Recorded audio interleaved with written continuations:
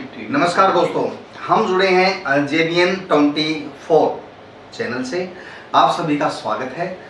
लोकसभा का चुनाव तैयार है, सरगर्मियां तेजी से बढ़ रही हैं, वहीं गर्मी भी तेजी से बढ़ रही है। हमारे साथ जुड़े हैं वरिष्ठ पत्रकार श्री रमाकांत मित्तल जी, वहीं वरिष्ठ पत्रकार हैं श्री मुकेश शर्मा जी। जानेंगे लोकसभा चुनाव में क्या है हालात, क्या रणनीतियां हैं, क्योंकि भारतीय जनता पार्टी, कांग्रेस पार्टी के अलावा बहुजन समाज पार्टी, JJP, इनेलो, ये मैदान में इन्होंने अपने प्रत्याशी उतार दिए हैं और लगातार दौरे कर रहे हैं। सर, JBN 24 चैनल में आपका स्वागत है।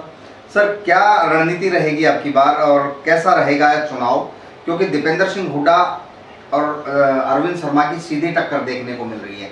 वहीं दीपेंद्र सिंह हुड्डा पिछली बार जो चुनाव हार गए थे उसकी बदला लेने की बात हो रही है और कांग्रेस ही लगातार पसीना बहा रही है। जी, सबसे पहले तो शुक्रिया, आप लोगों ने मुझे चुना। और जैसा कि आप बता रहे थे कि जो सरगर्मियाँ हैं, मेन विपक्षी और पक्ष के दो ही पार्टी हैं जी।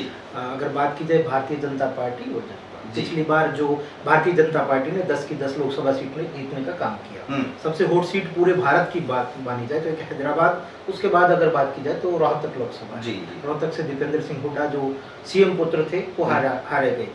और लोगों ने ये भी कहा कि पहला चुनाव ऐसा है कि दीपेंद्र अपने दम पर लड़ रहा है, क्योंकि उससे पहले मुख्यमंत्री के वो लड़के थे, तभी वो चुनाव लड़ते थे और उसी के बाद वो हारने का काम किया। जैसा कि लगातार कंट्रोवर्सी हुई, उन्होंने आंसू भी बहाए कि जब मैं गलती से हार गया, लोगों में थोड़ा सा गुस्सा भी था। अरविंद शर्मा जहां भी अब जा रहे हैं एक नाराजगी जरूर है और उन्होंने खुद ये माना भी है। एक दो बार आप लोगों ने, जैसे मेरे वरिष्ठ साथी मुकेश जी हैं, उन्होंने इंटरव्यू जब लिए हैं अरविंद शर्मा जी के, तो उन्होंने खुद भी माना है कि मैं गांव तक नहीं पहुंच पाया। जो व्यक्ति गांव तक नहीं पहुंच पाया तो उनके लिए कसमकस ये रहेगी कि वो लोगों को कैसे मोल्ड कर पाएंगे।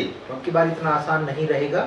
जैसे कि गर्मी, इंद्रदेव जैसे गर्मी लगातार जो बढ़ रही है, उससे कहीं ना कहीं चुनावी पारा भी लगातार बढ़ता जा रहा है। जी, लगातार चुनावी पारे के बढ़ते देखते हुए राजनीतिक सरगर्मियां भी बढ़ रही है। वहीं दीपेंद्र सिंह हुड्डा लगातार समय से पहले ही चुनाव प्रचार कर रहे हैं, कहीं ना कहीं डर है, पिछली हार का मलाल है। और वहीं सांसद अरविंद शर्मा खुद लोगों से हाथ जोड़कर माफ़ी भी मांग रहे हैं। सर, किस तरह से देखते हैं आप? अरविंद शर्मा माफ़ी मांग रहे हैं, वहीं दीपेंद्र सिंह हुड्डा तेजी से दौड़ रहे हैं। देखिए, टिकट की घोषणा होने के बाद जो है अरविंद शर्मा मैदान में आए हैं और हर जगह जा रहे हैं। कहीं कहीं उनका विरोध भी हो रहा है, कहीं कहीं उनको भीड़ भी मिल रही है। लेकिन कितनी वोट उनके पक्ष में जाएंगे वो तो एक अलग बात है। लेकिन दीपेंद्र हुड्डा जो हैं वो टिकट मिलने से पहले भी मैदान में थे और अब भी मैदान में हैं। उनका चुनाव प्रचार अभियान जो है काफ़ी तेज़ी से चल रहा है। और जैसे कई हल्के हैं, बेरी हल्का है, बादूगढ़ से पिछली बार जो था इसको अरविंद शर्मा को जीत मिली थी, दीपेंद्र हार गए थे। बादली से भी उनको कुछ वोटों की लीड मिली थी, झज्जर से भी कुछ वोटों लीड मिली थी। और सबसे बड़ी बात जो थी उनकी जीत का कारण ये रहा है कि अहिरवाल क्षेत्र ने जो है 74,000 वोट की उन्होंने लीड दी थी और वो लीड कहीं ना कहीं मायने रखती थी। हालांकि बैलेट पेपर की गिनती में उन्हें जीत मिली, दीपेंद्र को हार मिली और उस हार का मलाल अभी भी उनको है।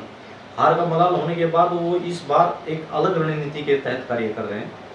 जो उसके सांसद के साथ आसपास के कार्यकर्ता जो थे वो उनके घेरे रखते थे और इस बार ऐसा नहीं है। उन कार्यकर्ताओं को थोड़ा सा अलग रखा गया है, वो डोर टू डोर कर रहे हैं। दीपेंद्र के साथ केवल विधायक ही दिखाई दे रहे हैं।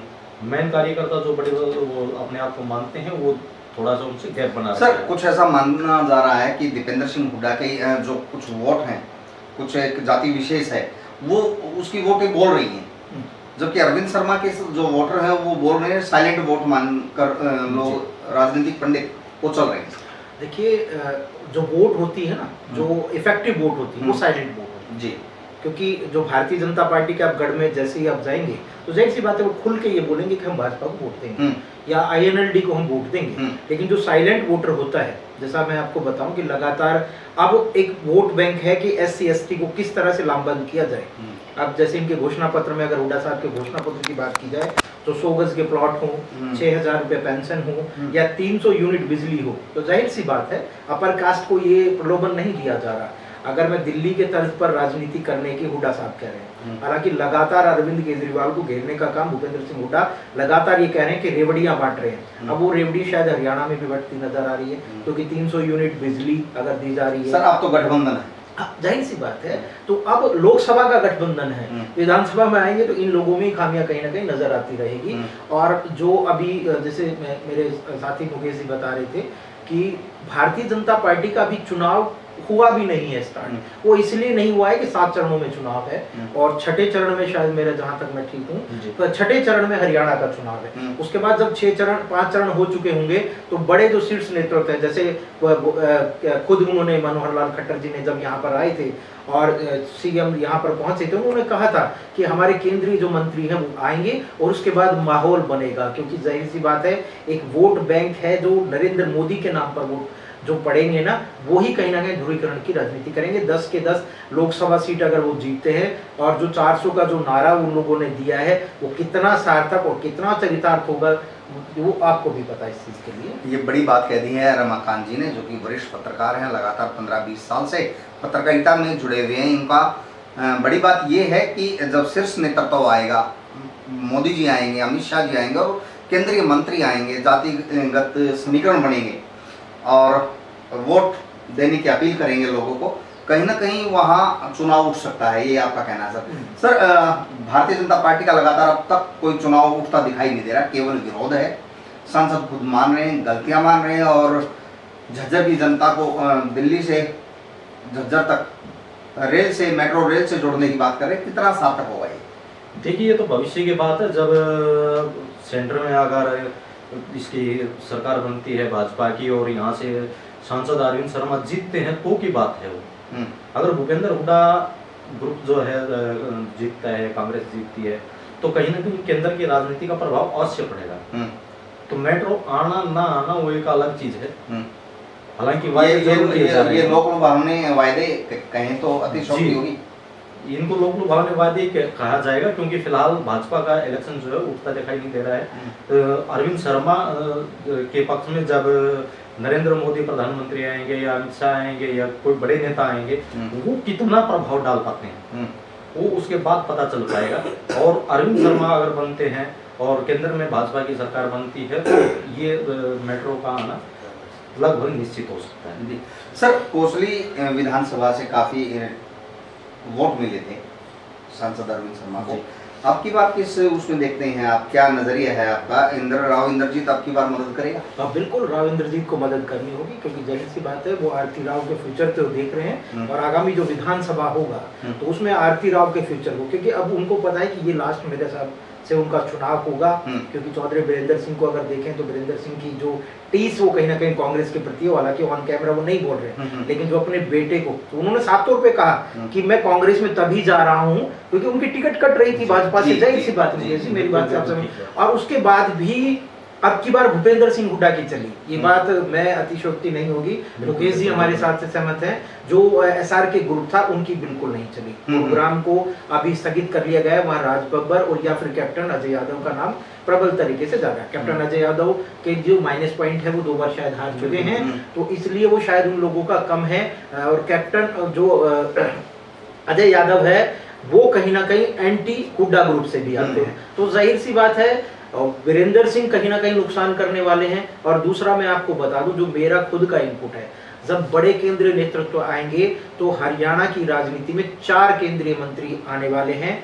जिस 4 केंद्रीय मंत्रियों में से भूपेंद्र सिंह हुड्डा को अगर हराना है तो रोहतक से केंद्र का एक मैसेज जरूर आएगा कि अरविंद शर्मा को आप यहां से जिताकर भेजें, हम बड़ा आदमी इनको बना देंगे। ये मैसेज जरूर आएगा। आज हम ये मंत्री पद का या कुछ लोग दे सकते हैं, चाहे वो मंत्री पद हो या अन्य कोई भी चीज हो, ये गारंटी है केंद्र के तरफ से एक मैसेज जरूर आएगा। मुकेश इस बात से सहमत करेंगे? अगर रोहतक अगर ये हार जाते हैं तो विधानसभा निश्चित भूपेंद्र सिंह हुड्डा ध्रुवीकरण की राजनीति कर इन्हें पटकने देने का काम करेंगे। जनाब, बहुत बड़ी राजनीतिक बात है। और रमाकांत जी ने बताया है कि जब भी केंद्रीय नेतृत्व हरियाणा में आएगा, चुनाव प्रचार करेगा, तो कोई न कोई प्रलोभन हरियाणा की जनता को देगा और अरविंद शर्मा को जिताने की अपील भी करेगा। हम हैं JBN 24 चैनल से और लगातार राजनीतिक चर्चाएं आगे भी हम करते रहेंगे। आप सभी दर्शकों से अनुरोध है कि आप जुड़े रहिए और राजनीतिक चर्चाओं को सुनते रहिए, देखते रहिए। दोस्तों, आपसे एक अपील है, चैनल को लाइक, सब्सक्राइब और कमेंट जरूर करें। मैं राकेश कुमार बादली।